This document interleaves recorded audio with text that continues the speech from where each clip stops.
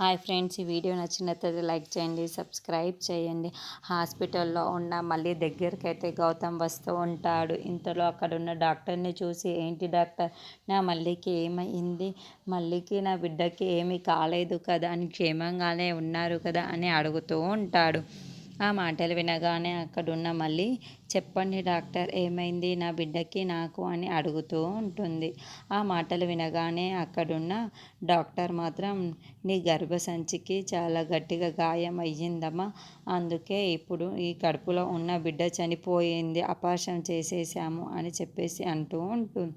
ఆ మాటలు వినగానే అక్కడున్న మళ్ళీ మాత్రం మళ్ళీ గౌతమ్ ఒక్కసారిగా షాక్ అయిపోతూ ఉంటారు.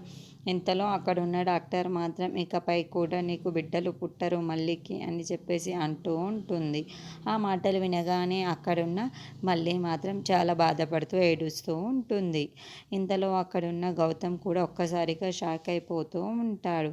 అవును, నీ కడుపుకి చాలా గట్టిగా గాయం తగలడంతో అక్కడున్న గర్భసంచిలో నుంచి పాప మొత్తం పాడైపోయింది, అందుకే ఆ బిడ్డకు ఆపరేషన్ జరిగిందమ్మా అని, నీ గర్భసంచి కూడా తీసేయవలసి వచ్చింది, అందుకే నీకు ఇకపై పిల్లలు పుట్టడం చాలా జరగదు అని చెప్పేసి అంటూ ఉంటుంది.